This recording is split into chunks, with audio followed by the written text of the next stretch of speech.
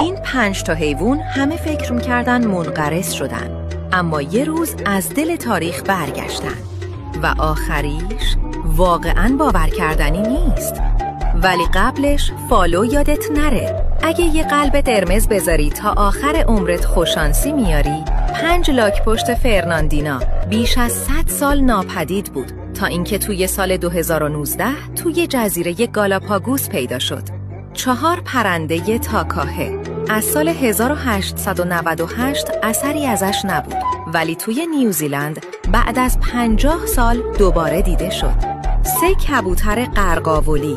از 1882 کسی ندیدش تا اینکه سال 2022 تو جنگل‌های پاپوآگینه نو جلوی دوربین اومد. 2 گوزنموش ویتنامی 30 سال گم شده بود، ولی در 2019 دوباره پیدا شد. 1 سیلاکنت. میگفتن 66 میلیون سال منقرض شده، اما یه ماهیگیر در آفریقا یکیشو گرفت و دنیا فهمید هیولاهای دوران دایناسورها هنوز زنده‌اند.